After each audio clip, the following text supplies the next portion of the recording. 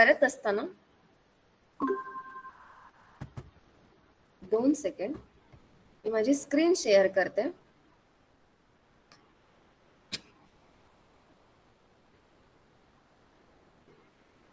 हे करत असताना ज्या दर्शनांनी वेदांच्या तत्वांना नाही मानलं, त्यातील मोक्षाची संकल्पना ज्यांनी नाही मानली त्यांना आपण न आस्तिक असं नास्तिक दर्शन म्हटलं. आणि ही नास्तिक दर्शनं एकूण 3 आहेत: चार्वाक, जैन आणि बौद्ध. ही 3 दर्शनं आपण पाहिली. आणि यातूनच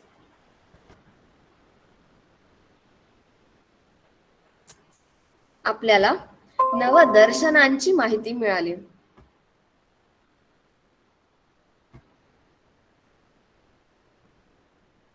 स्क्रीन दिसते का सगळ्यांना? धन्यवादाः. तर्हि कति दर्शनानि सन्ति? तर तत्र नवदर्शनानि सन्ति.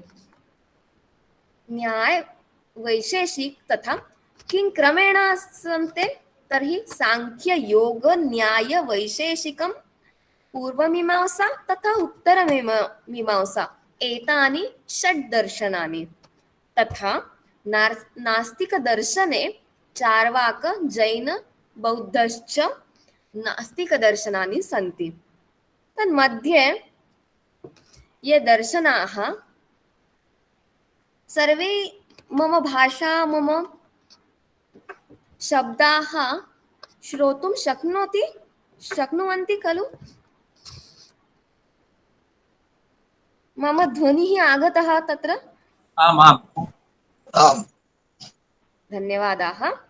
तर्हि नवदर्शनान् मध्ये अधुना वयं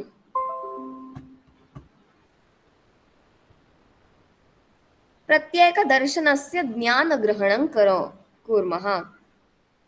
इति मध्ये महोदय स्क्रीन् सम्यक् न दृश्यते. न दृश्यते. अधुना दृश्यते खलु? न. पुनरेकवारं शेयर करोमि अहम्.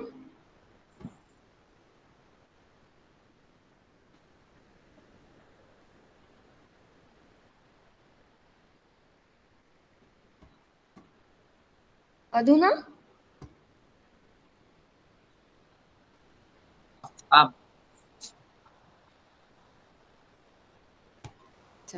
तर हे पाहत असताना अगर किसी को संस्कृत समझ में नहीं आ रही है मेरी, अगर कुछ अलग लग रहा है तो प्लीज पूछिए, क्योंकि अगर हम संस्कृत दिन प्रतिदिन बोलेंगे, उसको समझ लेंगे, तो हमें उसका व्यवहार करने में, उसको व्यवहार में लाने में कठिनाई नहीं होगी, हमें वो आसान हो जाएगा. इसलिए हम थोड़ा थोड़ा संस्कृत का प्रयोग करते रहेंगे.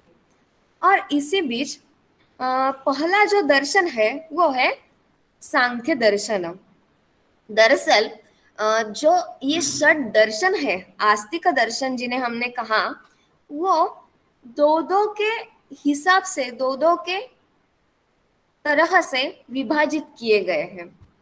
मतलब सांख्य, एक ही मिनट, सांख्य और योग दर्शन, ये 2 दर्शन आपस में मिलते हैं. ये 2 दर्शन एक दूसरे से मिलते जुलते हैं, इसलिए इन दोनों का एक ग्रुप बनाया है, एक समूह बनाया है. वैसे ही न्याय और वैशेषिक दर्शनों का भी ऐसा ही है कि उन दोनों के जो प्रमाण है, उन दोनों के जो मोक्ष की चर्चा है, वो एक दूसरे से मिलती जुलती है, और इसलिए इन दोनों का एक समूह बनाया गया है. और आखिरी जो समूह है वो है पूर्व मीमांसा और उत्तर मीमांसा. इन दोनों का समूह भी एक दूसरे से मिलता जुलता है, इसलिए इनका एक समूह बनाया गया है. ऐसे ही सांख्य और योग ये पहला समूह हो गया, न्याय और वैशेषिक ये दूसरा समूह हो गया, और पूर्व मीमांसा और उत्तर मीमांसा, ये तीसरा समूह हो गया। ऐसे 3 समूह हमें दिखाई देते हैं। ये देखते समय पहला जो दर्शन है वो है सांख्य दर्शन। सांख्य दर्शन जो है, इसके जो कर्ता है, कर्ता मतलब जिन्होंने उस दर्शन की रचना की, उस दर्शन का निर्माण किया, उनको कर्ता ऐसे बोलते हैं। और आस्तिक दर्शन में सांख्य दर्शन के कर्ता कपिल मुनि हैं। दूसरा जो दर्शन है वो है न्याय दर्शन। उसके कर्ता मतलब उसका जो निर्माण है वो गौतम ऋषि यानी महर्षि गौतम जी ने किया। तीसरा जो दर्शन है वो है वैशेषिक दर्शन। उसका जो निर्माण है वो महर्षि कणाद महर्षि ने किया।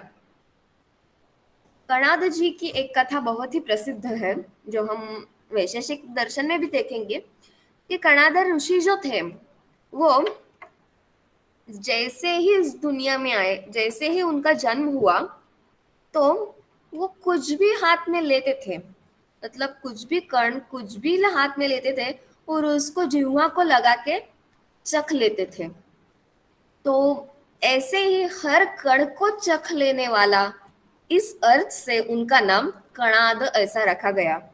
और बाद में मतलब जैसे ही वो बड़े हो गए तो वो उनकी आदत छूटी नहीं, वो वैसे ही बचपन की तरह ही हर कण को, हर पत्थर को, जमीन पे जो भी कण है उसको चख लेते थे और उसकी प्रयोग करके, उस पर प्रयोग करके, उस पर टेस्ट करके उसको लैब में रखते थे। ऐसे ही उन्होंने हर कण का, हर अणु का प्रयोग किया और उससे ही उन्होंने इस विश्व को परमाणु की संकल्पना दी। एटम जिसको हम बोलते हैं, यानी पार्टिकल यानी जिसको बोलते हैं, उसका जो सिद्धांत है वो आचार्य कणाद जी ने दिया। ऐसे है महर्षि कणाद। अगला वाला जो दर्शन है वो है योग दर्शन। योग दर्शन का जो निर्माण है वो असल में कपिल मुनि ने किया, ऐसा कहा जाता है। लेकिन उसका जो बाद में समूहकरण है, उसका जो ग्रंथ की रचना है उसके, वो आचार्य पतंजलि ने की, इसलिए उसके प्रवर्तक महर्षि पतंजलि कहा जाता है। और पूर्व मीमांसा जो है, ये दर्शन वैदिक ग्रंथ जो है, यानी ऋग्वेद, यजुर्वेद, सामवेद और अथर्ववेद, इन चारों वेदों पे आधारित जो भी तत्व की चर्चा की है, इन वेदों में जो भी नियम कहे गए हैं या ज्ञान की चर्चा जहाँ पे हुई है, उसका संगठन करके इस पूर्व मीमांसा का निर्माण हुआ। और इसके जो प्रवर्तक है वो है महर्षि जैमिनी। और आखिरी जो दर्शन है वो है उत्तर मीमांसा। इसके जो प्रवर्तक है वो है अनेक है, मतलब ये वेदांत दर्शन भी कहा जाता है कि वेदों में अंत भाग में, आखिरी भाग में जो आखिरी जो हिस्सा है वेदों का वो है वेदांत, उपनिषद है। और इसलिए उसे वेदांत दर्शन, उत्तर मीमांसा दर्शन, इन दोनों नाम से जाना जाता है। और इसीलिए हर उपनिषद के कर्ता अलग है, मतलब ऋग्वेद के उपनिषद अलग है, यजुर्वेद के उपनिषद अलग है, सामवेद के अलग है और अथर्ववेद के भी अलग है। इस प्रकार से अलग अलग उपनिषदों के कर्ता अलग, अनेक होने के कारण इस दर्शन के कर्ता अनेक हैं, ऐसा कहा जाता है। और जैसे ही हम नास्तिक दर्शन की तरफ आते हैं तो उसमें चार्वाक दर्शन जो है वो पहला दर्शन है। चार्वाक आचार्यों को बृहस्पति भी कहा जाता है, इसलिए इस दर्शन को बारहस्पत्य दर्शन भी कहा जाता है। और चारुवाक मतलब हर आदमी को, हर इंसान को जो बात समझ में आती है, उसको जो बात सुलझी जाती है, उससे जो बात सुलझी जाती है, उसको चारुवाक बोलते हैं। और इस तरह से महर्षि चारवाक प्रसिद्ध हो गए। आखिरी अलग वाला जो आगे का जो दर्शन है वो है बौद्ध दर्शन, और उसके जो कर्ता है वो है भगवान बुद्ध। और आखिरी जो दर्शन है वो जैन दर्शन है, उसके कर्ता भगवान महावीर है। ऐसे 6 आस्तिक और 3 नास्तिक दर्शन है। थोडासा मराठी भाषा में देखेंगे की ही जी दर्शनांची जंत्री आहे, ही जी दर्शनांची आपण यादी पाहतो, यामध्ये हे जे 6 दर्शन आहेत ती वेदांवर आधारित आहेत, वेदातील तत्वांवर आधारित आहेत, म्हणून ती आस्तिक तर आहेतच, पण या प्रत्येक दर्शनाचा कर्ता हा वेगळा आहे। मग कर्ता कुणाला म्हणावं, तर यह क्रियां करोति सह कर्ता, जो क्रिया काहीतरी करतो त्याला कर्ता म्हणावं असं म्हटलेलं आहे। मग ज्या ऋषींनी वेद ग्रंथाची अध्ययन पद्धती समजावून घेऊन दर्शनाची निर्मिती केली, त्याला त्या दर्शनाचा कर्ता म्हणतात। मग सांख्य दर्शन जे आहे त्याचे कर्ता कपिल मुनी आहेत। त्यानंतर न्याय दर्शनाचे कर्ता गौतम ऋषी आहेत। वैशेषिक दर्शनाचे कणाद महर्षी आहेत। असंच योग दर्शनाचे महर्षी पतंजली आहेत। खरं तर योग दर्शनाबद्दल असं म्हणतात की या दर्शनाचे मूळ प्रवर्तक आचार्य कपिल मुनी आहेत, पण नंतर त्यांच्या नंतर जे काही योग दर्शनावर अध्ययन झालं, या योग पद्धतीवर जे काम झालं, कार्य जे झालं, ते सगळं अध्ययन करून, त्याच्यावर अध्ययन करून, त्याचं अध्यापन करून जे संघटन झालं, जे एकत्रीकरण झालं, ज्या ग्रंथाची रचना झाली, त्याला योग दर्शन असं नाव दिलं गेलं। आणि म्हणून योग दर्शनाचे हे जे कर्ता आहेत हे पतंजली म्हटलेले आहेत।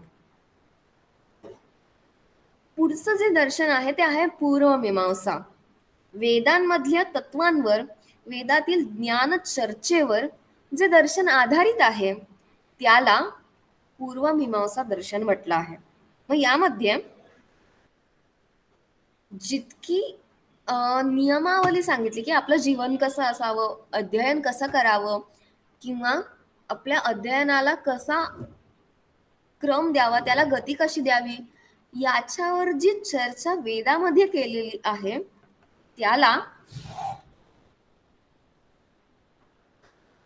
त्यावर आधारित हे पूर्वमीमांसा दर्शन आहे। आणि या दर्शनाचे जे कर्ता आहेत ते आहेत महर्षी जैमिनी। नंतरचे जे आस्तिक दर्शन आहे ते आहे उत्तर मीमांसा। हे दर्शन उपनिषदावर आहे। उपनिषदामध्ये जो तात्विक चर्चेचा भाग आहे, तिथं जी तत्वांची चर्चा केलेली आहे तिला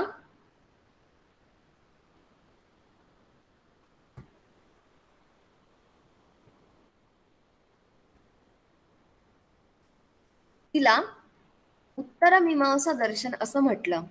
मग हा जो भाग आहे उपनिषदांचा हा वेदांच्या नंतरचा आहे, म्हणजे वेदांमधला जो सारांश आहे, जो आशय आहे, हा इथं मांडलेला असल्यामुळे, हा वेदाचा अंतिम भाग असल्यामुळं वेदस्य अंतः, वेदाचा अंतिम भाग तो वेदांत, या अर्थी हा वेदांत म्हणून प्रसिद्ध आहे।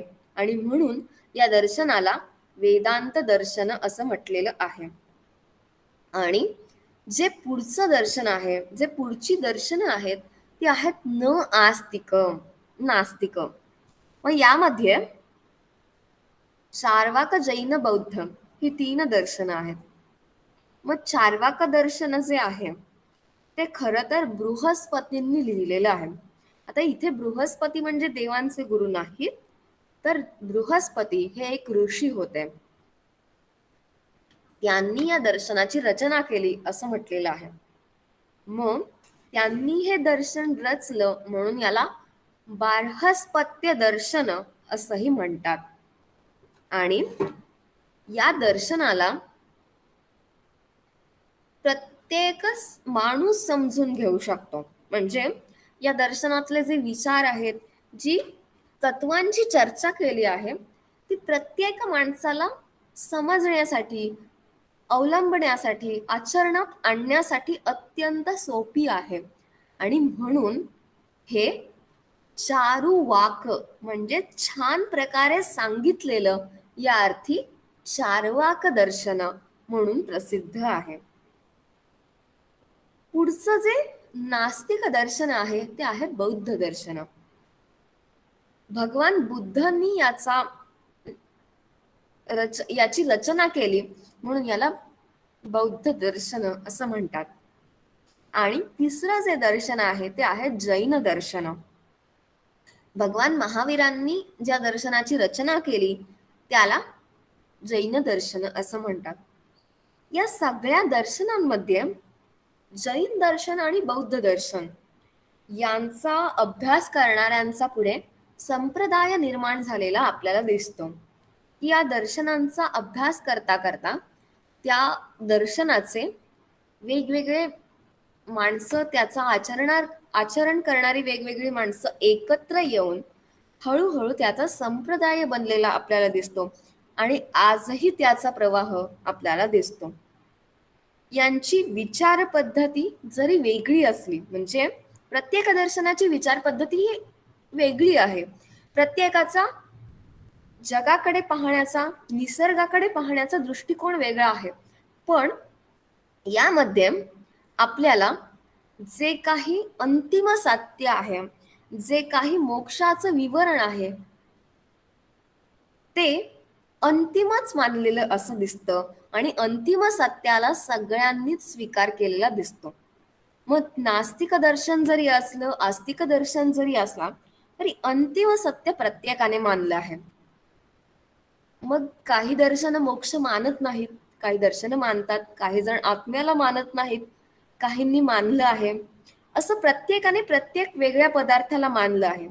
पण हे होत असताना आपल्याला कुठेतरी काळाचा प्रभाव या दर्शनांवर दिसतो.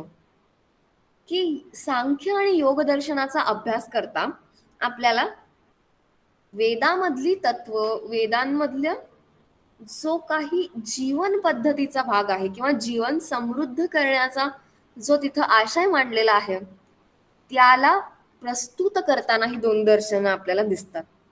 आणि पुढे वैशेषिक आणि न्याय दर्शनांचा जर विचार केला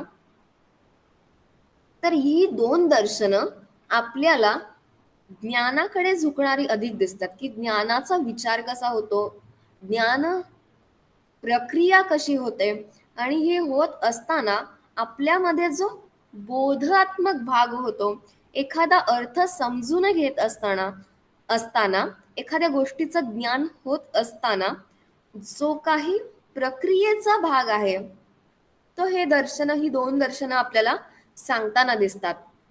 आणि शेवटची जी दोन दर्शनं आहेत, पूर्वमीमांसा आणि उत्तरमीमांसा, ही वैदिक परंपरेचं पुनरुत्थान करताना दिसतात. की जी काही पहिल्या शतकानंतर भारतामध्ये वेगवेगळ्या विचारसरणींची, वेगवेगळ्या परदेशींची आगमन झाली, इथं उगम त्यांचा जो झाला, इथं त्यांची जी नवीन ओळख निर्माण झाली, त्यातूनच आपल्याला या दोन दर्शनांना एक समाजाचं म्हणा किंवा एका परंपरेचं नेतृत्व करताना दिसतं. आणि यातूनच मग आपल्याला उत्तर मीमांसेमध्ये आद्य शंकराचार्य असतील, रामानुजाचार्य असतील किंवा मध्वाचार्य असतील, या सगळ्यांचा वैदिक परंपरेला टिकवून ठेवण्याचा प्रयत्न दिसतो. हे होत असताना जो वेदांचा अर्थ दुर्बोध लोकांना होत होता किंवा काही जणांना तो कळत नव्हता, तर किंवा काही जणांना अवघड वाटत होता. तर ज्याचा त्याचा प्रश्न शेवटी.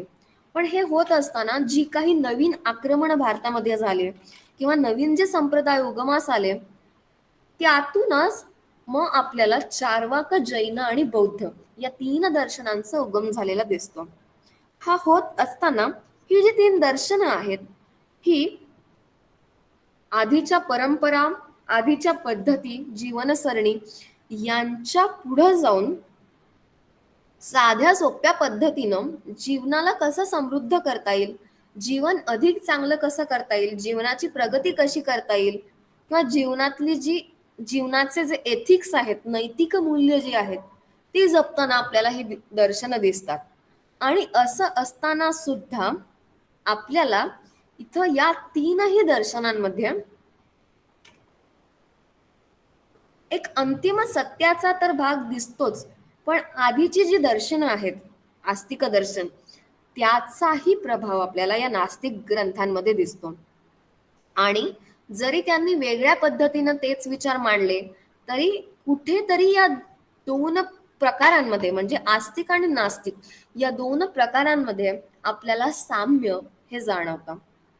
मग जेव्हा आपण एखाद्या गोष्टीचा विचार करतो, एखाद्या ग्रंथाचा विचार करतो, तेव्हा आपल्याला त्या ग्रंथाचं कारण, त्या ग्रंथाची असलेली गरज, काळानुसार त्याचा असलेला परिणाम आणि काळाचा त्याच्यावर पडलेला प्रभाव, या गोष्टींचा सखोल अभ्यास करणं फार महत्वाचं असतं.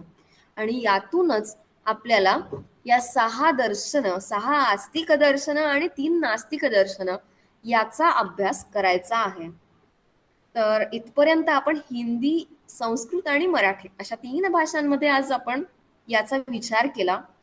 यावर जर कोणाची काही शंका असेल तर प्लीज विचारा.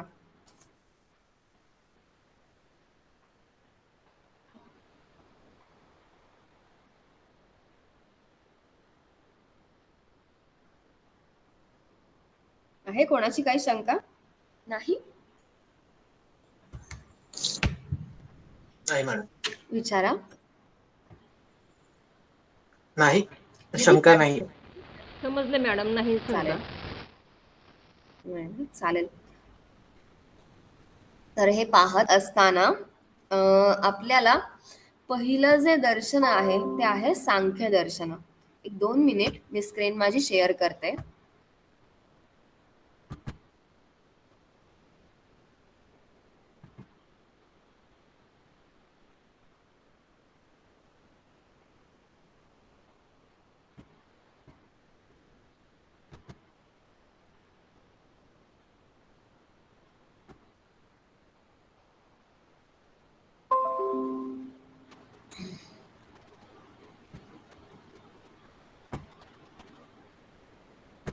दोन मिनिट.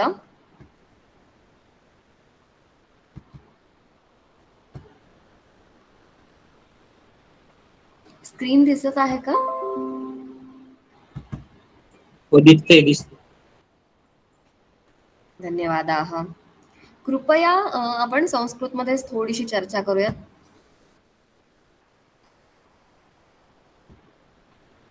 तर्हि अधुना सांख्यदर्शनस्य वयं चर्चां कुर्मः. सांख्यदर्शन इत्युक्ते किं? सांख्यशब्दस्य अर्थः किं? तर्हि पश्यामः.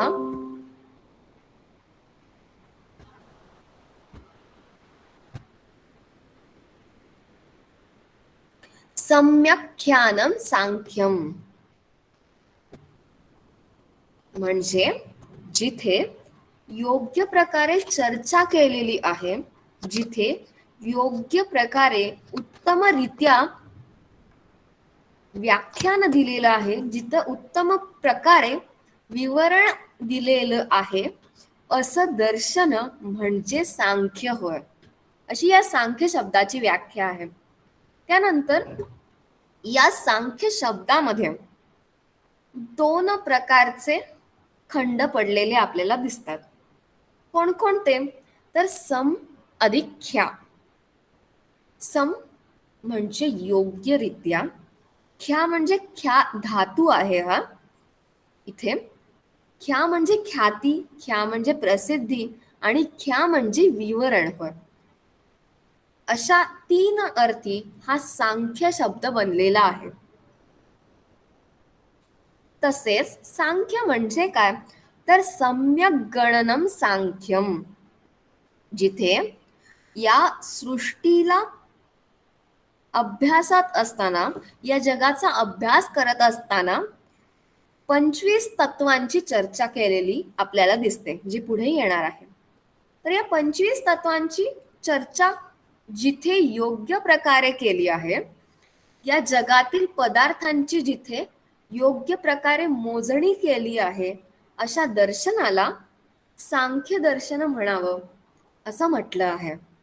आणि म्हणून सम्यक गणनम सांख्यम असं म्हटलं आहे. त्यानंतर सांख्य म्हणजे काय, तर पंचविंशती तत्वानां विवेचनम सांख्यम. 25 जी तत्व आहेत, म्हणजे हे जे जग आहे हे सांख्य दर्शनाने 25 प्रकारे तयार झालेलं आहे असं म्हटलं आहे.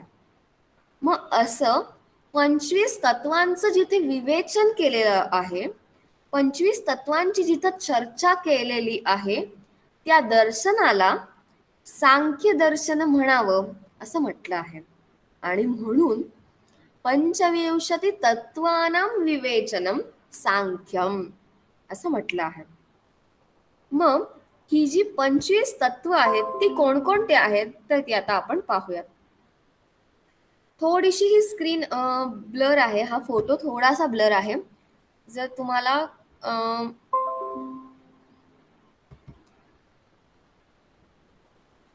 स्पष्टतया दृश्याते वा?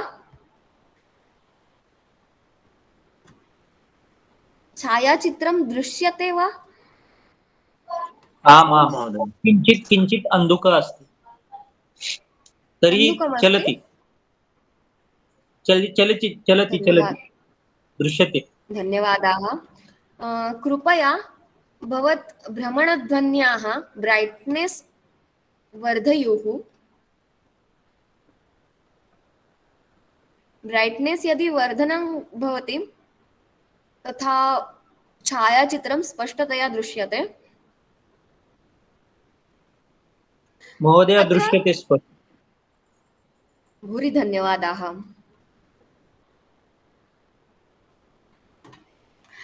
तर्हि अधुना किम् अस्ति छायाचित्रे पश्यामः.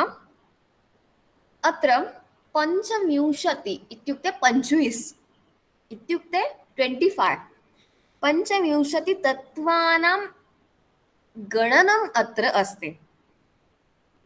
कानि पंचविंशति तत्वानि, तर्हि सृष्टि उत्पत्तीमध्ये सृष्टि उत्पन्न होत असताना ज्या तत्वांद्वारे, बघा या जगामधल्या प्रत्येक एलिमेंटचा इथं उपयोग केला आहे आणि प्रत्येक जी महत्वाची एलिमेंट्स आहेत त्यांच्याद्वारे या जगाचं निर्माण झालेलं आहे, या जगाची निर्मिती झालेली आहे.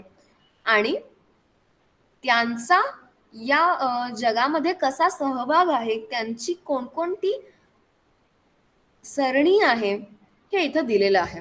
पाहूयात की हे जे सगळं जग आहे ते कसं तयार झालं आहे, तर हे या प्रकृतीपासून तयार झालं आहे, जिला आपण मूळ प्रकृती म्हणतो, जिला आपण निसर्ग म्हणतो, ती ही प्रकृती आहे. आणि ही प्रकृती एकटी काही करते का, तर नाही. इथे आता दिलेलं नाहीये, पण माझा जो बाण आहे इथं पुरुष नावाची एक संकल्पना आहे. आता इथं पुरुष म्हणजे कोणी माणूस किंवा एक जेंडर दाखवलं नाही, तर आपला जो हा आत्मा आहे, प्रत्येकाच्या ठिकाणी आत्मा असतो, तसा हा जो आपला आत्मा आहे हा प्रकृती बरोबर या संपूर्ण सृष्टीची निर्मिती करतो. ही होत असताना हा जो आत्मा आहे, ज्याला आपण पुरुष असं म्हटलं, तर तो अत्यंत आळशी असा इथं खरं तर त्यांनी म्हटलं आहे. बघा, सांख्य दर्शनाने त्याला एक वेगळं म्हटलं आहे. आणि ही जी प्रकृती आहे ही सगळी कामं करते, करते, तिच्यापासूनच या सगळ्या सृष्टीची उत्पत्ती होते. आणि हे होत असताना ही प्रकृती कुणापासूनही बनलेली नाहीये. बघा हं. ही जी प्रकृती आहे ही कोणाची पासूनही बनली नाहीये.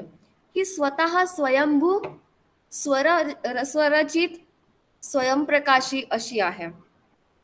स्वसंवेद्य अशा सगळ्या उपमांनी युक्त अशी आहे ही. आणि ही प्रकर्षेण कृती प्रकृती आहे. म्हणजे बघा हा, जिच्यामध्ये प्रकर्षाने कृती झालेली आहे अशी ही प्रकृती आहे. आणि हिच्या पासून मग आता पुढे 23 तत्वांची निर्मिती झालेली आपल्याला दिसते. मग ही तत्वे कोणकोणती आहेत? तर पहिलं जे तत्व आहे ते आहे महत. आपल्या प्रत्येकाच्या ठिकाणी बुद्धी असते. मग आपण म्हणतो की माणसाला बुद्धी असते, तर असं नाही. सांख्य दर्शनाद्वारे या जगामध्ये जो सजीव निर्माण होतो, जो सजीव जन्माला येतो, त्या प्रत्येकाच्या ठिकाणी बुद्धी असते असं म्हटलं आहे. आणि आपली ही जी बुद्धी आहे तिलाच महत म्हटलेलं आहे. मग हिच्यापासून काय निर्माण होतं? तर हिच्यापासून प्रत्येकाच्या ठिकाणी स्वतःच्या अस्तित्वाची जी जाणीव असते. बघा, मी आहे, मी केलं, मी हे करते, माझ्यामुळे, माझ्यासाठी, हे जे सगळं आपलं मी भोवती फिरणार आहे ना, याला अहंकार असं म्हटलं आहे. अहम म्हणजे मी. संस्कृतमध्ये अहम म्हणजे मी, कार म्हणजे त्याला जो आकार आहे, त्याचं जे अस्तित्व आहे, त्याचं जे स्वरूप आहे, त्याला अहंकार असं म्हटलं आहे. आणि म्हणून आपण जे नेहमी म्हणतो अहंकार, तर तो अहंकार नाही, तो अहंकार आहे. आणि तिथे आपल्याला आपल्या अस्तित्वाचा, तिथे आपल्याला आपल्या असण्याचा अनुभव येतो, म्हणून अहंकार म्हटलं आहे. आणि या अहंकारापासून जी सजीव सृष्टी आहे ती 3 प्रकारे आहे. मग ती 3 प्रकार कोणते? तर पहिलं आहे त्यातलं आपलं मन. आपलं हे जे मन आहे हे चंचल आहे असं आपण नेहमी म्हणतो. आणि म्हणून ऋग्वेदामध्ये आणि यजुर्वेदामध्ये शिवसंकल्प सूक्त नावाचं एक सूक्त आहे. त्यामध्ये हे जे आपलं मन आहे याचं वर्णन केलं आहे. आणि हे कसं आहे? तर यज्जाग्रतो दूरमुदैति दैवम तद सुप्तस्य तथैवैति दूरं गमन ज्योतिषां ज्योतिरेकम तन्मे मनः शिवसंकल्पमस्तु असं म्हटलं आहे. की जेव्हा आपण जागे होतो, जेव्हा आपल्याला जाग येते, तेव्हा हे जे आपलं मन आहे हे आपल्यापासून दूर जातं, म्हणजे कुठेतरी भरकटतं ते. की आपण एखाद्या दुकानामध्ये जाईल, एखाद्या हॉटेलमध्ये जाईल किंवा एखाद्या ऑफिसमध्ये जाईल, कुठेही हे मन जातं. पण हे जागे झालं की जातं. आणि झोपलं की काय होतं? परत आपल्या पाशी येतं. दूरं गमन ज्योतिषां ज्योतिरेकम. जेव्हा आपलं मन जाग होतं, जेव्हा या मनाला जाग येते, तेव्हा ज्योतिषां ज्योतिरेकम, दिव्यांमधला सुद्धा सर्वात महत्वाचा दिवा हे मन बनतं. म्हणजे इतर गोष्टींना प्रकाशित करतं. इतर आपलं जे जीवन आहे या जीवनाला हे मन जाग झालं की प्रकाशित होतं, प्रकाशमय करतं. आणि त्या मनाला माझा नमस्कार असो असं म्हटलं आहे. आणि ते जे माझं मन आहे ते शिवसंकल्पम असतो, चांगला संकल्प, चांगला निश्चय करणारं असो असं म्हटलं आहे. मग हे असं जे मनाचं वर्णन आहे, हे जे मन आहे हे एक इंद्रिय मानलेलं आहे. की आतापर्यंत आपल्याला कुठेही ज्ञानेंद्रिय आणि कर्मेंद्रिय असंच म्हटलेलं आहे, असंच दिसतं. पण हे जे मन आहे हे ज्ञानेंद्रिय सुद्धा आहे आणि कर्मेंद्रिय सुद्धा आहे. कारण याच्या ठिकाणी ज्ञान होतं आणि हे कर्म करतं, म्हणून ज्ञानेंद्रिय आणि कर्मेंद्रिय असं दोन्हीही या मनाला म्हटलं आहे. आणि हे या अहंकारापासून निर्माण झालेलं आहे. मग कितवं तत्व झालं तर पहिली आहे प्रकृती, दुसरं आहे पुरुष, तिसरं आहे महत, चौथं आहे अहंकार, पाचवं आहे आता आपल्याकडे हे मन. त्याच्या पुढे त्याच्यानंतर 5 ज्ञानेंद्रिय सांगितली आहेत की हे जे सगळं जग आहे हे कसं कळतं तर या ज्ञानेंद्रिय आणि कर्मेंद्रिय यांच्याद्वारे निर्माण झालं आहे, यांच्याद्वारे हे कळतं. मग ज्ञानेंद्रिय कोणकोणती आहेत तर ज्याद्वारे ज्ञान प्राप्त होतं त्याला म्हणतात ज्ञानेंद्रिय. ती कोणकोणती आहेत तर श्रोत्र म्हणजे कान, त्वक म्हणजे त्वचा, चक्षुष म्हणजे डोळे, रसना म्हणजे आपली ही जीभ आणि घ्राण म्हणजे नाक. अशी कान, नाक, घसा, डोळे, त्वचा अशा 5 ज्ञानेंद्रियांची चर्चा, त्यांचा उल्लेख इथं केलेला आहे. आणि पुढचं जे इंद्रिय आहे, पुढची जी इंद्रिय आहेत ती आहेत कर्मेंद्रिय, ज्याच्याद्वारे कर्म होतात, ज्याच्याद्वारे कर्म करता येतात त्यांना कर्मेंद्रिय म्हटलं आहे. मग कोणकोणती आहेत तर वाक म्हणजे आपली वाणी, पाद म्हणजे पाय, पाणी म्हणजे हात आणि पायू आणि उपस्थ म्हणजे आपले अवयव, असे 5 कर्मेंद्रिय इथं सांगितले आहेत. ही सगळी कर्मेंद्रिय या अहंकार नावाच्या तत्वापासून निर्माण झाली आहेत. आणि पुढे या जगामध्ये ज्या निर्जीव गोष्टी आहेत म्हणजे ज्यांच्यामध्ये सजीवता नाही त्या निर्जीव सृष्टीचं इथं आपल्याला वर्णन केलेलं दिसतं. मग ही कोणकोणती आहेत तर 5 तन्मात्रे. तन्मात्रे म्हणजे सूक्ष्म गोष्टी ज्या आहेत या जगामध्ये, ज्या आपल्याला जाणवायला किंवा ज्ञान ग्रहण करण्यासाठी सूक्ष्म आहेत, अशा 5 गोष्टींना पंचतन्मात्रा असं म्हटलं आहे. त्या 5 प्रकारच्या आहेत. कोणकोणत्या तर शब्द, स्पर्श, रूप, रस, गंध. शब्द, मग आता पहा, शब्द म्हणजे जो आपण ऐकतो तो, त्यानंतर स्पर्श जो आपल्याला जाणवतो तो, त्यानंतर रूप जे डोळ्यांना आपल्याला दिसतं ते असतं रूप, त्यानंतर रस एखादा पदार्थ, एखादी गोष्ट तोंडात टाकल्याबरोबर जो आपल्याला त्याचा रस कळतो, जो जी त्याची चव कळते ते म्हणजे रस. आणि पुढचं आहे गंध, जो आपल्याला वास येतो, जे आपल्याला नाकांना जाणवतं ते म्हणजे गंध होय. आणि या 5 तन्मात्रांद्वारे 5 महाभूत सांगितलेली आहेत.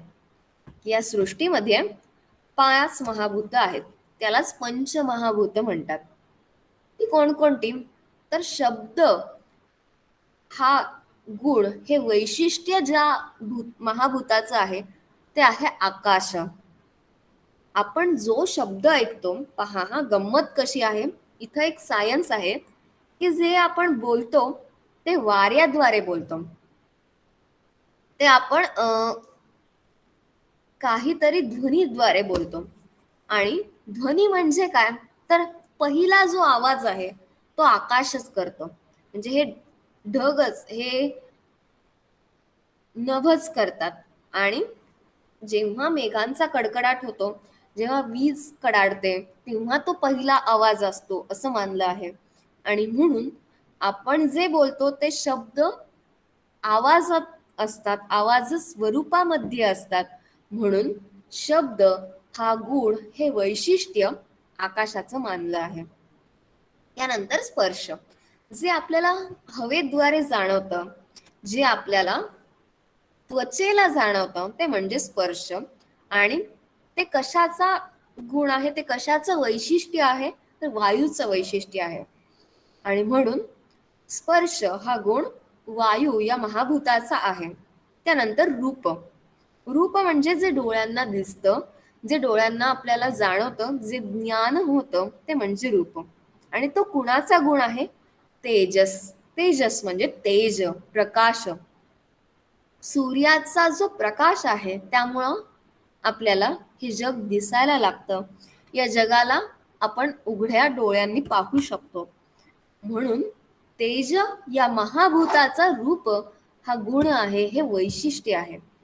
आणि त्यानंतर पुढचं जे आहे ते आहे रस, जी आपण टेस्ट करतो, जी आपण चव घेतो, ती जिभेद्वारे घेतो. आणि म्हणून रस हा जो गुणधर्म आहे, हा रसनेला जिभेला होतो आणि तो कोणाद्वारे होतो, त्याचं महाभूत काय आहे तर जल आहे. आणि पुढचं जे आहे ते आहे गंध. गंध म्हणजे वास, नाकांना जे ज्ञान होतं ते गंध, आणि तो पृथ्वी या महाभूताचा गुणधर्म आहे. अशी एकूण 25 तत्व सांगितली आहेत. थोडीशी आपण एकदा याची गणती करूयात, म्हणजे आपल्याला स्पष्ट होईल. इथे प्रकृती आहे पहिली, दुसरा आहे पुरुष, तिसरा आहे महत, चौथं आहे अहंकार, पाचवं आहे मन, मग 5 ज्ञानेंद्रिय आणि 5 हे तत्व. अशी 5 आणि 5 किती होतील तुम्ही सांगा.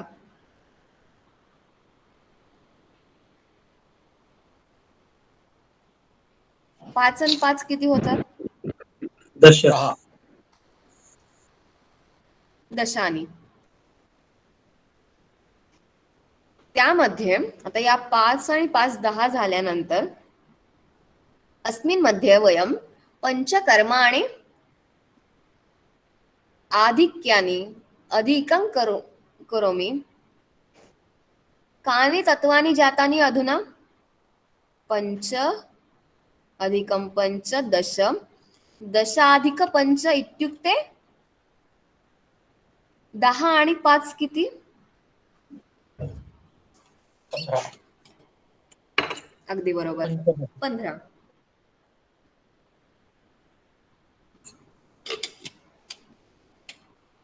पंचदश. उत्तमं, समीचीनं. तथा 15 तत्वानि तन्मध्ये वयं किं कुर्मः? पंचतन्मात्राः अधिकं कुर्मः. अधुना कानि तत्वानि? 15 अधिक हे 5 तन्मात्रा किती होतील? 20. उत्तमं, बहु उत्तमं. शीतल माने महोदया, बहु उत्तमं. दीपक कुंभार महोदय, बहु उत्तमं. मग आपण काय केलं तर दातार सर, आपण काय केलं, आधी प्रकृती, पुरुष, महत, अहंकार ही 4 तत्व घेतले. यामध्ये 5वं मन ऍड केलं, 5 झालं. 5मध्ये परत 5 ज्ञानेंद्रिय ऍड केली, झाले 10. आता या 10 तत्वांमध्ये आपण 5 कर्मेंद्रिय ऍड केली, झाले 15. या 15 मध्ये, हो सर, आणि या 15 मध्ये आता काय केलं, 5 तन्मात्रा ऍड केल्या, झाली 20. आता 20 तत्वानि सन्ति. तन्मध्ये वयं किं कुर्मः? तर्हि पंचमहाभूतानि आधिकं कुर्मः. तथा 20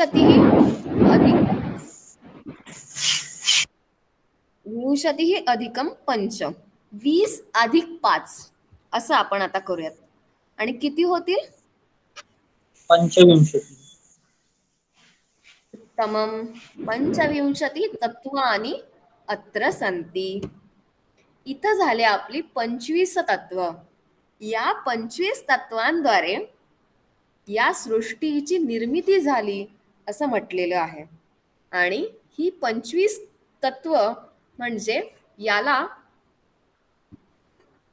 ब्रह्मांडाचं वृक्ष असंही म्हटलं आहे. हे जे सगळं ब्रह्मांड आहे, हे जग जे आहे, हे या 25 तत्वांद्वारे तयार झालेलं आहे असं म्हटलं आहे. यामध्ये गंमत अशी आहे की ही जी प्रकृती आहे ही केवळ क्रियाशील आहे, ही कोणाचीही विकृती नाही. म्हणजे पहा, ही कोणापासून तयार झालेले नाही, मात्र हिच्यापासून सगळेच तत्व तयार होतात, म्हणून ही मूल प्रकृती म्हटलेलं आहे.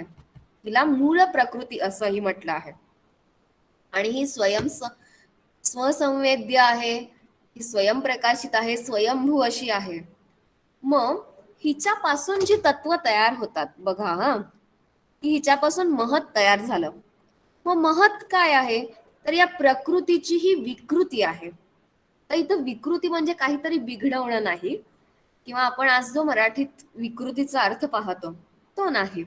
तर इथं विकृती म्हणजे विशेषेण कृती, विशेष अशी कृती, वेगळी अशी कृती म्हणजे विकृती म्हटलं आहे. आणि म्हणून या प्रकृतीपासून महत निर्माण झालं, म्हणून याला महताला विकृती म्हटलं आहे. मग या महतापासून अहंकार तयार झाला. मग अहंकार महताचं काय आहे, विकृती आहे. पण हे अहंकार कोणापासून निर्माण झालं, तर या महत पासून. म्हणून महत ही या अहंकाराची प्रकृती आहे. क्लिअर होत आहे का हे? होतंय मॅडम, थोडं रिवाइज करायला लागेल आम्हाला, पण समजते. हा, चालेल चालेल चालेल. की काय होत आहे इथे, तर एका गोष्टीपासून दुसरी गोष्ट तयार होते. मग जिच्यापासून काहीतरी निर्माण होतं, जे बनतं, तिला प्रकृती म्हटलं आहे. मग मूळ जी ही प्रकृती आहे आपली, ती एकच आहे, ती स्वयंभू आहे, म्हणून ती मूळ प्रकृती. पण तिच्यापासून जे पुढची तत्व बनली, ती सगळी तत्व हिची विकृती आहेत. आणि ही असताना, अशी विकृती होत असताना पहा, प्रकृतीपासून महत झाल्यानंतर महतापासून पुढे अहंकार निर्माण झाला, म्हणजे महतापासून निर्माण झाला ना. म्हणून महत ही अहंकाराची प्रकृती आणि अहंकार ही महताची विकृती आहे. मग ह्या अहंकाराच्या हे मन, ही 5 ज्ञानेंद्रिय, ही 5 कर्मेंद्रिय, 5 तन्मात्रा आणि 5 महाभूत, ही सगळी तत्व या अहंकाराची विकृती आहेत.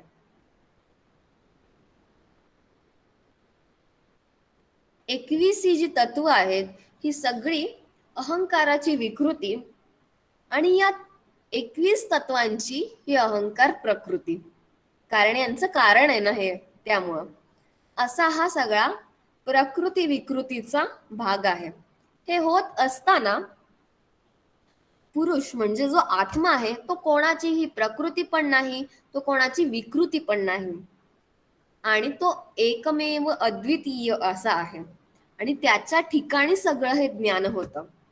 हे होत असताना सांख्य दर्शनामध्ये एक छान उदाहरण दिलं आहे, जे आपल्याला पुढे पाहणार आहोत आपण. पण एक ओघव त्या आता आठवलं म्हणून सांगते, की ज्याप्रमाणे एखादी जी नर्तकी असते किंवा एखादी जी परफॉर्मर असते, ती काय करते, तर ती स्टेजवर येते, तिचा परफॉर्मन्स सादर करते आणि परत बॅक स्टेजला जाते आणि तिच्या ठिकाणी जाते. त्याप्रमाणे ही जी प्रकृती आहे ही वेगवेगळ्या तत्वांची निर्मिती करते, त्यांच्याद्वारे परत ही सृष्टी निर्माण करते आणि परत स्वतःच्याच ठिकाणी निघून जाते. म्हणजे ही सृष्टी सगळी निर्माण झाल्यानंतर ही परत स्वतःच्या ठिकाणी जाते असं म्हटलं आहे. पण ती कधी जाते, तर जेव्हा तिच्या ठिकाणी तिला ज्ञान होतं, जेव्हा ती पूर्णत्वाला येते, तेव्हा ती शांत होते आणि स्वतःच्या स्थानी विराजमान होते असं म्हटलं आहे. अशी ही प्रकृती आहे.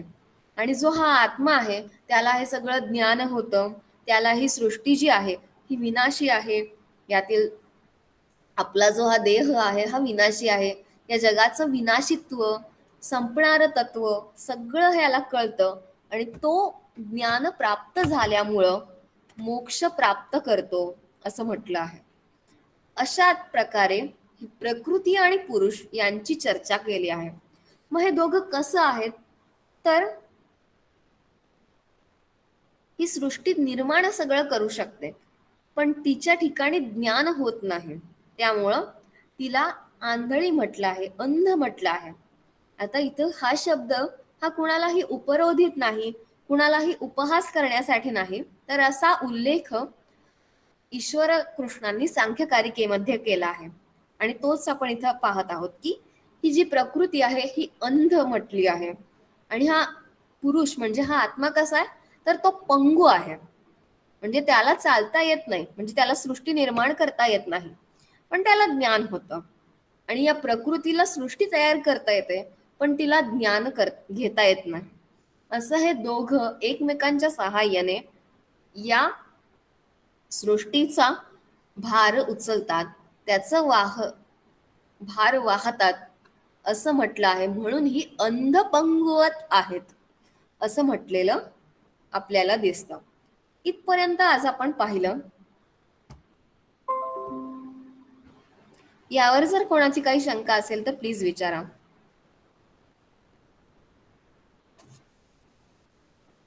आहे कोणाची काही शंका? हा विचारा सर. हे रेकॉर्डिंग कुठे स्टोअर होतंय का मॅडम? हो सर, ऍक्च्युली ना हे अर्ध्या तासानं माझ्याच ईमेल आय वर स्टोरेज होतं, पण कालचं जे आपण रेकॉर्डिंग केलं ते मला अजून मिळालं नाही, म्हणजे माझ्या ईमेलवर नाही आलं ते, त्यामुळे मी ते पाठवू शकले नाही. पण आता मी पाहते, परत एकदा हा प्रयोग करून पाहते आणि रेकॉर्डिंग जसं होईल तसं मी हे युट्यूबवर टाकते, म्हणजे तुम्हाला ती लिंक नेहमी पाहता येईल, तो व्हिडिओ नेहमी ऐकता येईल. बर, चालेल. आणि ह्या नोट्स धन्यवाद. तुम्ही ऑलरेडी दिल्यात ना, आधीच दिलेल्या आहेत नोट्स त्याच्या? हो, दिल्या आहेत सर. मी आता आपलं लेक्चर झालं की पीपीटी पण शेअर करते. बर, चालेल. धन्यवाद. चालेल. स्वागतम. तर्हि सर्वेषां धन्यवादाः. पुनर्मिलामः. पुनर्मिलामः. श्वः कक्षायाम् अस्ति. न बुरी धन्यवादाः. आजपासून आपल्याला सुट्टी आहे, म्हणजे उद्यापासून, खरं तर उद्यापासून 13 तारखेपर्यंत आपल्याला सुट्टी आहे. तथा म्हणजे 13 दिनांक तारखेमध्ये लेक्चर आहे. 13ला पण नाही होणार, 14 पासून आपले लेक्चर्स चालू होतील. मॅडम, माझं एक मत आहे, एक म्हणजे टायमिंग व्यवस्थित ठेवला पाहिजे, म्हणजे दोन्ही जे लेक्चर असतात 4:30, म्हणजे तुमचं सरांचं काय जे मत आहे लेक्चर मला होतं ना नाही आता, कळलं. हा, सरांचं लेक्चर आता 2:30 वाजता आहे. बर सर, बर. टायमिंग जर व्यवस्थित जर ठेवला, म्हणजे आमचे जे रेग्युलरचे काही कार्यक्रम म्हणजे शाळा वगैरे असते बर त्यानुसार आम्ही लेक्चर अटेंड करू शकतो, बाकी काय नाही. टायमिंग जर चेंज केला तर आम्हाला काही हे नियोजन करता येत नाही. नाही, अगदीच बरोबर आहे सर, सगळ्यांचंच मत, तुमचंही मत बरोबर आहे. ऍक्च्युली समस्या अशी आहे ना की इथं विद्यापीठामध्ये नॅक येत आहे आणि बरं. नॅकमुळं सतत काही ना काहीतरी विद्यापीठाचं काम चालू आहे इथे, आणि त्यामुळं आम्हाला ऍक्च्युली लेक्चरसाठी वेळ हा खरं तर थोडासा वेगळा भाग आहे, म्हणजे तो सगळं काम आणि हे एकत्र आहे सध्या, त्यामुळं अशामधून आम्ही जसं चालेल मॅडम, जसं आता वेळ आता मिळेल असू द्या, तसं नंतर म्हणजे लेक्चर घेत नॅक आहोत. वगैरे येऊन गेल्यानंतर येऊन आपण गेल्यानंतर लवकर तुम्ही व्यवस्थित असू द्या. हो, नक्कीच सर, नक्कीच आपण एक ठरलेली वेळेतच घेणार आहोत. आणि थोडं आमचा पण ऑफिसचा तरी सुद्धा मीटिंगचा हा, क्लॅश होतो मॅडम. ऑफिसच्या बर मीटिंग बर पण बर असतात सर. वेळी. ओके, चालेल. आपण नक्की याचा सगळ्याचा समावेश करूयात, नक्कीच विचार करूयात. धन्यवाद मॅडम. स्वागतम सर्वेषां स्वागतम.